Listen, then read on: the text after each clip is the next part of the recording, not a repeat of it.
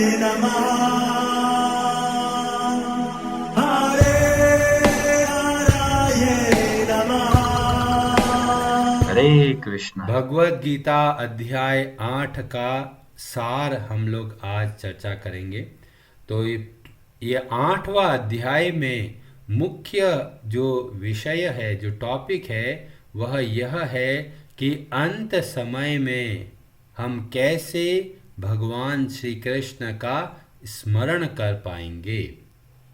तो शुरू के 2 श्लोकों में अर्जुन कुछ प्रश्न पूछते हैं। अर्जुन पूछते हैं भगवान श्री कृष्ण से, जिसमें ब्रह्म क्या है, अध्यात्म क्या है, कर्म क्या है, अधिभूत क्या है, अधिदेव क्या है, अधियज्ञ क्या है, और सबसे महत्वपूर्ण प्रयाण काले, जब मृत्यु का समय आता है तब हम कैसे समझ सकते हैं। और भगवान श्री कृष्ण भी उसी अंदाज में 6 प्रश्नों का उत्तर 2 श्लोकों में दे देते हैं। और जो अंतिम जो प्रश्न होता है कि अंत समय में कैसे भगवान याद आएंगे, उस पे बहुत विस्तार से ये पूरा अध्याय 8 बताया जाता है।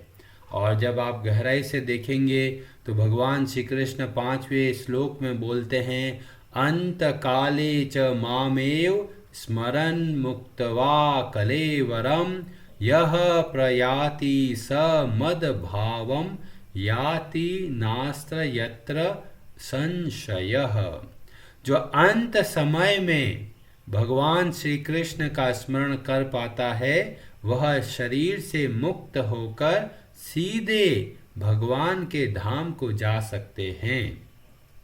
तो बहुत लोग सोचते हैं, अरे वाह, ये तो बहुत ही बढ़िया है, अंत समय में आराम से भगवान को याद कर लेंगे और भगवान के धाम चले जाएंगे, अभी क्यों पूजा पाठ करना है।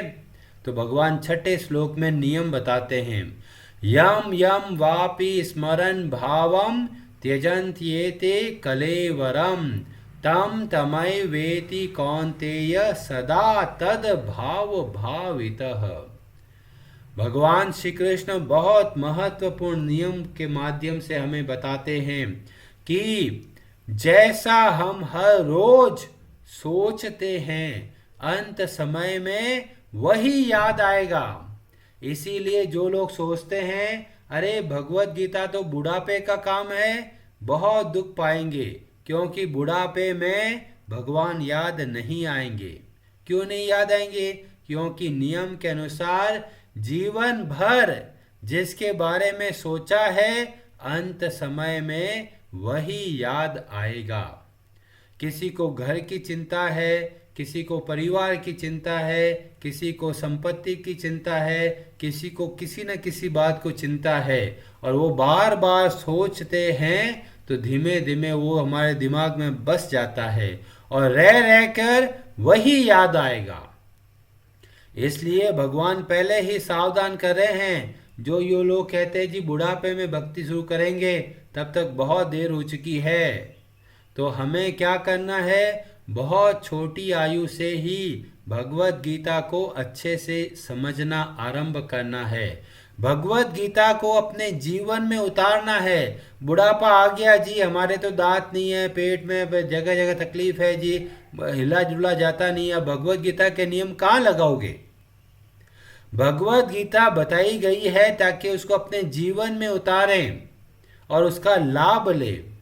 तो लोग जो किताबें बुढ़ापे में खोलते हैं, उनके लिए बहुत लाभ नहीं मिल पाता। इसीलिए भगवत गीता बहुत आराम से पढ़ना आरंभ कर देना चाहिए और उसको अपने जीवन में उतारना चाहिए।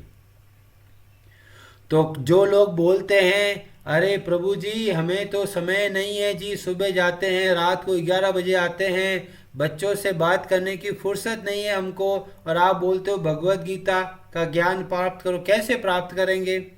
तो बोला यही आर्ग्यूमेंट न जाने कितने जन्मों से दे रहे हो। हर जन्म में एक ही उत्तर दिया है, टाइम नहीं है, जीवन भर दुख पाते हैं, अगला जन्म हो जाता है और फिर अगले जन्म में वापस बोलते हैं टाइम नहीं है। टाइम कभी भी किसी को नहीं मिलेगा, टाइम निकालना पड़ता है। टाइम नहीं निकालेंगे तो ऐसे ही संसार के सुख और दुखों में भटकते रहेंगे। इसीलिए हमें प्रयास करना है समय निकालने का। समय निकालिए 10 मिनट के भगवान के लिए देना है, 20 मिनट भगवान के लिए देना है। दुनिया चाहे इधर से उधर हो जाए, पर ये समय भगवान के लिए निर्धारित करना है। अब कई लोग बोलेंगे, जी प्रभु जी मैं तो 10 मिनट दूंगा। अरे जब तुम्हारे पास 4 घंटे हैं तो 10 मिनट में क्यों संतुष्ट हैं? अगर किसी के पास समय है तो आप अच्छे से 16 माला का जाप कीजिए, भगवत गीता का अध्ययन कीजिए, श्रीमद् भागवतम का अध्ययन कीजिए और भगवान श्री कृष्ण की पूजा विग्रह की सेवा कीजिए। और जिनके पास बिल्कुल समय नहीं है, कहते हैं सांस खाने की फुर्सत नहीं है, तो उनके लिए भी उपाय है। वो लोग खाने पीने सोने के लिए समय निकालते हैं ना, तो ऐसे ही जब भगवान को महत्वपूर्ण बनाएंगे तो उनके लिए भी समय निकलेगा। और भगवान श्री कृष्ण युद्ध की जैसी भीषण परिस्थिति में भी ये बहुत महत्वपूर्ण संदेश दे रहे हैं। श्लोक नंबर 7 में भगवान श्री कृष्ण बोलते हैं, तस्मात् सर्वेषु कालेषु माम अनुस्मर युध्य च मय्या अर्पित मनो बुद्धिर मामे वैश्यस्य असंशयम। तो क्या करना है? आपको निरंतर भगवान श्री कृष्ण का स्मरण का प्रयास करना है और युध्य च, जो भी उत्तरदायित्व है, जो भी कर्तव्य है, उसको अच्छे से निभाना है। आप एक पत्नी है या पति है, पुत्र है, पुत्री है, जो भी आपका शरीर के अनुसार जो भी आपका कर्तव्य है उसको आप अच्छे से निभाइए। पर ये बहुत बहुत महत्वपूर्ण है, मन को भगवान श्री कृष्ण की सेवा में लगाना। बहुत सारे लोग बोलेंगे, अरे माता पिता की सेवा कर लिए जी, भगवान अपने आप आशीर्वाद दे देंगे। तो बोलते मन तो आपका फ्री है, मन से तो भगवान का स्मरण कर सकते हैं, और मन से नहीं करेंगे और केवल बाहर से माता पिता की सेवा करेंगे तो पुण्य प्राप्त होगा, और पुण्य की वजह से स्वर्ग में जाएंगे, और स्वर्ग में सुख भोगने के बाद में वापस संसार में आएंगे। तो जब तक मन को भगवान श्री कृष्ण का स्मरण में नहीं लगाएंगे, तब तक इस संसार के बंधनों में भटकते रहेंगे। न जाने कितने जन्म हो चुके हैं, कितने माता पिता हो चुके हैं, कितने माता पिता और होंगे। तो माता पिता की सेवा कीजिए बहुत अच्छे तरीके से, पर अपने मन को भगवान श्री कृष्ण की शरण में रहना है। जब आप माता पिता की सेवा करते हैं तो ध्यान रखें कि ये भी भगवान श्री कृष्ण के अंश हैं। कैसे मैं इनको भगवान श्री कृष्ण की भक्ति के लिए प्रयास करूं? जो पुत्र अपने माता पिता को भक्ति सिखाते हैं वे वास्तव में वास्तविक सेवा करते हैं। केवल शरीर की सेवा से उनका उद्धार नहीं होगा। अगर कोई अपने माता पिता की वास्तविक सेवा करना चाहते हैं तो उनको भगवान की भक्ति सिखाइए। जब भगवान श्री कृष्ण की भक्ति समझते हैं तो उनका उद्धार होता है, उनको इस संसार में वापस नहीं आना होता, और यही सबसे बड़ी सेवा है।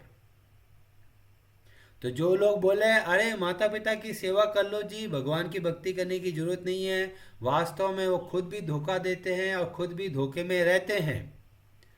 मन को येन केन प्रकारेण मनः कृष्ण निवेशय, कैसे न कैसे करके मन को भगवान श्री कृष्ण की सेवा में लगाना है। अब कई लोग बोलेंगे अरे भगवान श्री कृष्ण से क्या लेना देना, मैं तो भगवान शिव की पूजा करूंगा। तो भगवत गीता में भगवान श्री कृष्ण बोलते हैं, ममैवांशो जीव लोके जीव भूतः सनातन, ये सारे जीव मेरे अंश है।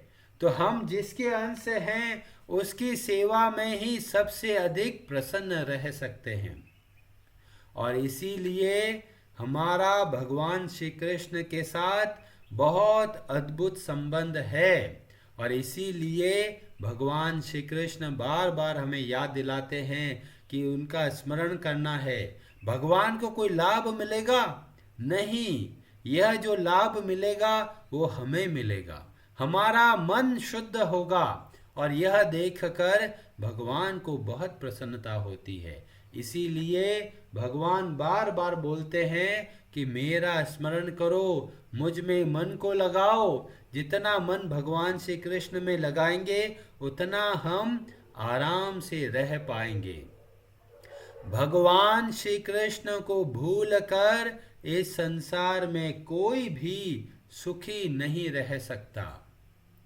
हमारा भगवान श्री कृष्ण का जो संबंध है वो एक अंश और पूर्ण की तरह है, और जब तक वो अंश पूर्ण से संबंधित नहीं हो जाता तब तक इस संसार में वह दुख पाता है। इसीलिए भगवान आते हैं, भगवान अपने भक्तों को भेजते हैं, भगवान अपनी वाणी के द्वारा बताते हैं कि हमको करना क्या है। और फिर भगवान श्री कृष्ण बहुत उत्तम तरीके से बताते हैं कि किस तरह से कोई योगी, कौन सा योगी, अष्टांग योग का पालन करने वाला, वो किस तरह से भगवान को प्राप्त होता है। तो यहाँ पे बहुत सारे नियम बताए। यद अक्षरम वेद विदो वदन्ति विशन्ति यद्यतयो वीतरागाः यदृच्छन्तो ब्रह्मचर्यं चरन्ति तते पदम संग्रहेण प्रवक्ष्ये। कई लोग बोलेंगे, अरे प्रभु जी हम तो ओम का जाप करेंगे ना, क्या तकलीफ है? क्या ओम का जाप करने से पहले बहुत सारे नियम बताए। सबसे पहले वेदों का ज्ञान होना चाहिए, संसार से वैराग्य होना चाहिए, पूर्ण रूप से ब्रह्मचर्य का पालन करना है, और अच्छे से अष्टांग योग का ध्यान रखना है, मन को हृदय में स्थित करना है, और आज्ञा चक्र पर अपना ध्यान केंद्रित करते हुए निरंतर योगाभ्यास करना है। और उस समय भी ओम का जाप भले ही कर रहे हैं पर स्मरण भगवान श्री कृष्ण का होना चाहिए। जो लोग सोचते हैं अरे हम ओम का जाप कर रहे हैं, बहुत है, मन किसी में लगा दो, तो कहेंगे ये भगवान के धाम को नहीं लेके जा सकते। जो ये सोचते जी हम तो ओम का जाप करेंगे, तो बोलते हैं उनके लिए पहले बहुत सारे नियम है। तो कहते हैं भक्तों के लिए कोई नियम है क्या? कि नहीं, भक्तों के लिए कोई नियम नहीं है। जब श्लोक नंबर 14 बोलते हैं तो बोलते हैं अनन्य चेताः सततम यो माम स्मरति नित्यशः तस्याहम सुलभः पार्थ नित्य युक्तस्य योगिनः। जो अनन्य भाव से सततम निरंतर भगवान श्री कृष्ण का स्मरण करता है उसके लिए मैं बहुत सुलभ हूँ। उसको इतना कठिन कार्य करने की कोई आवश्यकता नहीं है। घोर तपस्या करना, प्राणायाम करना, निरंतर ओम का जाप करना और पूरे संसार का वैराग्य प्राप्त करना किसी की आवश्यकता नहीं है। भक्ति इतनी सरल है और इतनी प्रभावशाली है कि भगवान श्री कृष्ण बोलते हैं तस्याहम सुलभः, उस व्यक्ति के लिए मैं बहुत सुलभ हूँ। अन्यथा बहुत कठिनाई है भगवान को समझने के लिए, और इसीलिए बहुत सारे लोग हताश होकर बोलते हैं अरे भगवान तो है ही नहीं, भगवान का रूप ही नहीं है।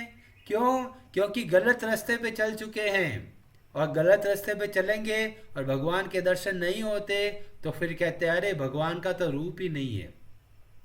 पर जब हम भगवान के भक्तों के संग में भक्ति करते हैं, मन को भगवान श्री कृष्ण की शरण में रखते हैं, अनन्य भाव रखते हैं, हे भगवान केवल आप ही मेरे स्वामी हो और कोई नहीं, मम प्राणनाथः स न एव, और कोई नहीं भगवान, केवल आप ही मेरे प्राणों के नाथ है। जब इस तरह से हम भगवान श्री कृष्ण की सेवा करते हैं तो भगवान बोलते हैं तस्याहम सुलभः। तो भगवान कठिन नहीं है प्राप्त करने में, बहुत सुलभ है। तकलीफ कहाँ पर है? तकलीफ हमारे मन में है। हम जगह जगह का आश्रय ढूंढते हैं, भगवान शिव मेरी मदद करेंगे, देवी माँ मेरी मदद करेगी, सूर्य देव मेरी मदद करेंगे, हनुमान जी मेरी मदद करेंगे, गणेश जी मेरी मदद करेंगे, कुल देवता मेरी मदद करेंगे। कई लोग तो देवताओं को छोड़ देते हैं। वो लोग कहते हैं अरे ये साधना मेरी मदद करेगा, ये योग मेरी मदद करेगा, प्राणायाम करूंगा। अलग अलग वस्तुओं का सहारा लेते हैं और वहीं के वहीं खड़े मिलते हैं। कितने ही जन्म हो जाए वहीं के वहीं मिलेंगे। जो सोचते हैं अरे भक्ति के अलावा कर्म योग भी तो है, वो भी कर लेते हैं ना। तो इस तरह से जो अपने मन को धोखा देते हैं। और बहुत सारे गुरु भी मिलेंगे। कोई गुरु बोलेगा अरे पेड़ों की रक्षा करो, कोई गुरु बोलेगा अरे पानी की रक्षा करो, कोई गुरु बोलेगा अरे जमीन की रक्षा करो, कोई गुरु बोलेगा अरे ध्यान करो। ये सब उपद्रव है जो हमें भगवान श्री कृष्ण की भक्ति से दूर लेके जाते हैं। इनमें से कोई भी ऐसा नहीं है जो हमें वास्तविक रूप से संतुष्ट कर सके। जब हम भगवान श्री कृष्ण से जुड़ते हैं तब ही हम वास्तविक रूप से प्रसन्न और संतुष्ट रह सकते हैं। आप कलयुग में देखेंगे 100 तरीके के गुरुओं ने अपने नए नए रास्ते निकाल दिए। वो बोलेगा हमारा रास्ता अच्छा है, कोई बोलेगा हमारा रास्ता अच्छा है। पर जब हमें निर्णय लेना है तो हमें शास्त्र के आधार पर निर्णय लेना है। यहाँ पर भगवान श्री कृष्ण इतना स्पष्ट शब्दों में बोलते हैं अनन्य चेताः सततम यो माम स्मरति नित्यशः। जब हम अनन्य भाव से भगवान श्री कृष्ण की भक्ति करते हैं, एकमात्र आश्रय को समझकर, तब भगवान बहुत आसानी से प्राप्त हो सकते हैं। तो भगवान यहाँ पे बोलते हैं भगवान तो बहुत आसानी से प्राप्त हो जाते हैं, पर भगवान के भक्त बहुत कठिनाई से प्राप्त होते हैं। 7वें अध्याय के 19वें श्लोक में भगवान श्री कृष्ण ने बोला था बहुनाम जन्म नाम अन्ते ज्ञानवान माम प्रपद्यते वासुदेव सर्वम इति स महात्मा सुदुर्लभ। भगवान श्री कृष्ण के शब्दों में भगवान कहते हैं मेरे को तो आराम से प्राप्त कर सकते हो, पर भगवान के भक्त सुदुर्लभ है, बहुत मुश्किल से मिलते हैं। और अगर भगवान के भक्तों का संग मिल जाए तो यह जीवन का सबसे बड़ा धन्य और पुण्य का प्रभाव है। बहुत कृपा से हमें भगवान के भक्तों की कृपा प्राप्त होती है, और उसमें भी बहुत सारे दुर्भाग्यशाली लोग होते हैं जो भगवान के भक्त का संग प्राप्त होकर भी अलग अलग जगह का आश्रय ढूंढते हैं। तो भगवान श्री कृष्ण हमें समझा रहे हैं, इतना खुला खुला बोल रहे हैं, फिर भी मन में द्वंद्व रहता है अरे ये प्रभु जी पे भरोसा करें या नहीं करें। हम इतने जन्मों से इतना समय से पूजा कर रहे हैं, उनको कोई छोड़ देंगे? आप प्रयास कीजिए, भगवत गीता का ज्ञान आपके सामने है। ऐसा नहीं है हम छिपा के कुछ बोल रहे हैं, सब किताब खोल के बोल रहे हैं, हर श्लोक का शब्दार्थ समझा के बोल रहे हैं। क्यों बोल रहे हैं? ताकि बहुत सारे लोग जो आपको धोखा देते हैं आप सावधान हो जाए। यह संसार में सभी लोग उत्तम नहीं है, बहुत लोग अपने स्वार्थ में आके कार्य करते हैं। इसीलिए हमारा उद्देश्य है कि आप भगवत गीता को खोल कर पढ़ें, एक एक शब्दों को अच्छे से समझें और उसके अनुसार अपने भ्रम को दूर करें। जितना भ्रम को दूर करेंगे उतना हम बहुत अच्छे से भगवान की भक्ति कर पाएंगे। और कहते हैं भगवान के धाम जाने की जरूरत क्या है जी? बहुत अच्छा लग रहा है यहाँ पर कि यह संसार दुख का सागर है और बार बार जन्म होगा, कभी कहाँ जन्म होगा, कभी कहाँ जन्म होगा, हर बार नया परिवार मिलेगा, हर बार फिर भटकना पड़ेगा। और इसीलिए भगवान श्री कृष्ण प्रेरणा देते हैं कि इस मन को भगवान की सेवा में लगाना है। बहुत सारे लोग बोलेंगे, अरे प्रभु जी आप तो बस पूछिए मत, ऐसी ऐसी बातें बोलते जो हमें समझ में नहीं आती। हमारे तो देवी देवताओं ने बोला भी गायों की सेवा करो, पुण्य कमाओ, पर भगवान श्री कृष्ण बोलते हैं आ ब्रह्म भुवनान लोका पुनरावर्तिनो अर्जुन, ब्रह्मा जी के लोक में चले जाओ, स्वयं ब्रह्मा बन जाओ, फिर भी इस संसार के दुखों में भटकते रहेंगे। क्यों? क्योंकि ब्रह्मा जी से लेकर सभी लोग आने जाने में लगे रहते हैं, ब्रह्मांड भ्रमिते भटक रहे हैं, कभी स्वर्ग में सुख भोगते हैं, कभी नरक में सुख भोगते हैं, कभी इस संसार में ही स्वर्ग का सुख भोगते हैं और कभी इस संसार में ही नरक का दुख भोगते हैं। नरक का दुख कैसे भोगते हैं? तरह तरह की बीमारियां लग जाती है, जीवन में ऐसी बीमारी हो जाती है, डॉक्टर भी बोलते जी ये तो बहुत कठिन है, ये कैसी बीमारी है। और बहुत सारे लोग इसी संसार में स्वर्ग का सुख भी भोगते हैं, शरीर स्वस्थ रहता है, रोकड़ा पैसा की बरसात हो रही है और घर में सब आनंद मंगल है, पुत्र पौत्र सब अच्छे से हैं, तो यहाँ पर भी सुख का प्राप्ति होती है, यहीं पर दुख की प्राप्ति होती है। ऐसे ही स्वर्ग और नरक के चक्कर में न जाने कितना ही भटक रहे हैं, कितने ही भटक चुके हैं। बहुत पुण्य के प्रभाव में आकर अब हमें थोड़ा भगवत गीता के बारे में पता चलने लगा। और फिर भगवान श्री कृष्ण बताते हैं ब्रह्मा जी वह भी पुनरावर्ती है, मतलब ब्रह्मा जी के लोक में चले गए, वहां भी वापस आना पड़ेगा। तो कोई बोलेगा अरे ब्रह्मा जी की तो उम्र बहुत है, कि उम्र तो बहुत है पर फिर भी एक ना एक दिन तो खत्म होना ही है।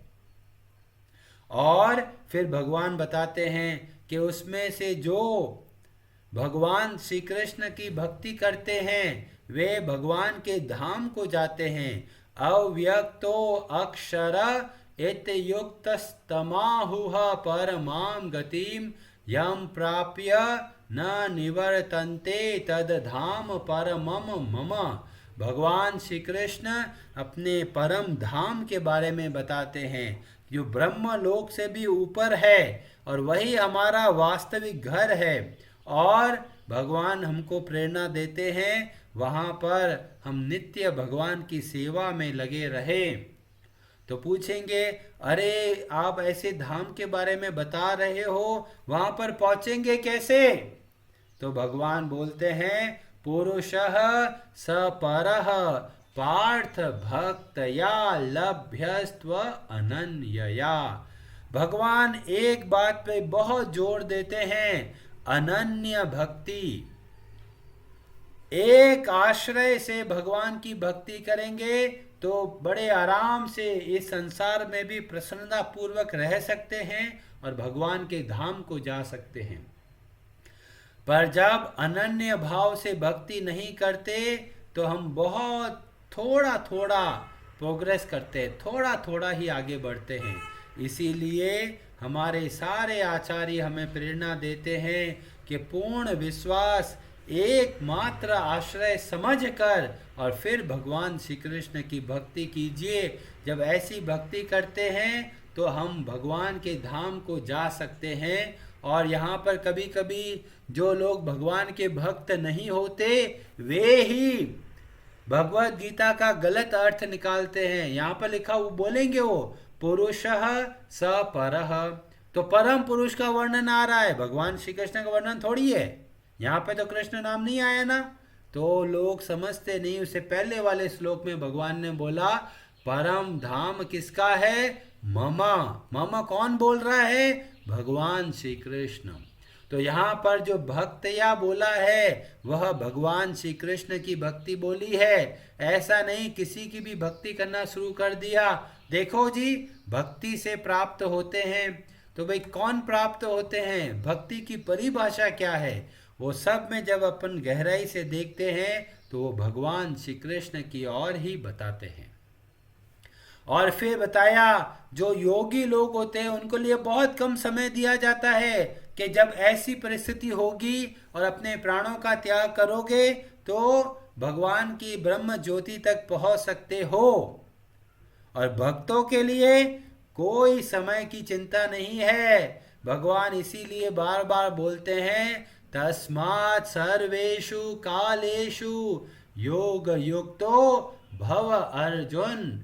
अपना जो दायित्व है उसको आप भगवान की सेवा समझ के कीजिए और इस संसार में बड़े आराम से प्रसन्नता पूर्वक रह सकेंगे।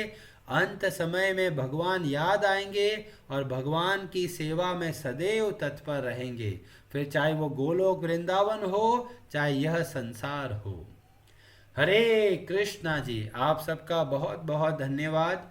यह अध्याय 8 जब आप गहराई से समझेंगे तो जगह जगह पर भगवान बताते हैं अनन्य भक्ति की कितनी आवश्यकता है। लोग भक्ति तो करते हैं पर अनन्य भाव से नहीं करते और इसी वजह से लाभ नहीं उठा पाते।